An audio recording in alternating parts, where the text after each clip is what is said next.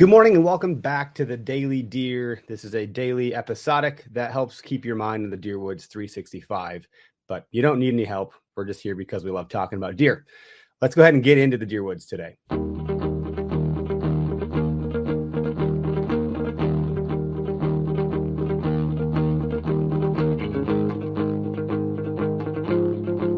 Okay, so over the weekend, I made an executive decision to stop posting daily deer content over the weekend. This episodic is a lot, and to do an episode every single day is we've been doing it. I realized we should probably just do it during the week. I need the weekend to cool off and chill out. So here forward, I think we're just going to do the weekdays, Monday through Friday, call it the Daily Deer. I think that still counts. I'm just pulling it back a touch. So anyway, with that, welcome to March. Today is March 3rd. It's Monday. And I want to talk about something I learned from Derek Melchor a little bit. Now, I'm not going to do it as good of justice as he would, but I'll give you my POV on it. And maybe we can get him to cover an episode on a deeper version of it. But essentially, today I want to talk about breaking the rut mindset. And specifically, the quote that we have is, "Do not go where the path may lead. Instead, go where there is no path and leave a trail." A quote by Ralph Waldo Emerson. And look, what I mean by that is when I've done off-season scouting and I see rubs and historical scrapes and things like that, I get pretty jazzed. I'm like, ooh, we're in the sign. This is good. And what I have failed to do is think about, well, when was that sign created? When was that sign put down and made? Was it in September, October, November? Was it during the rut? And I think that's just an important thing to consider because, I mean, unless you're hunting, the rut's such a, I don't say volatile, but unpredictable time to be hunting that I think there's going to be things that hold true from where does might be bedding, they might be, scent checking, they might be cruising a scrape line, things like that.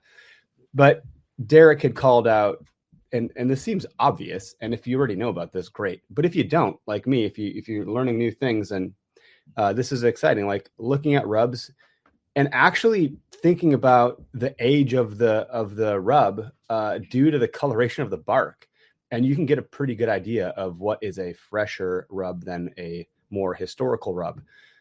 And for me, at least when I was scouting, a fresh rub just meant it looked more appealing, more, it felt like it carried more weight in terms of the deer activity. But in reality, it just meant that was laid probably during the rut, and therefore not as good at helping me determine a pattern for any early to mid-season, pre-rut stuff for hunting. So when you're out scouting, keep that in mind, that you want to be looking at, to some degree, the historical nature of the sign that has been left behind. And rubs are a really good way to do that because of the coloration of the bark. You can kind of get a sense for when that was laid out. Was it early season sign, mid-season sign, or was it just fresh enough that it still looks pretty, pretty real, or fresh, I guess is what I'm looking for here. So the tip is study non-rut behaviors by tracking how deer, use their traditional travel corridors.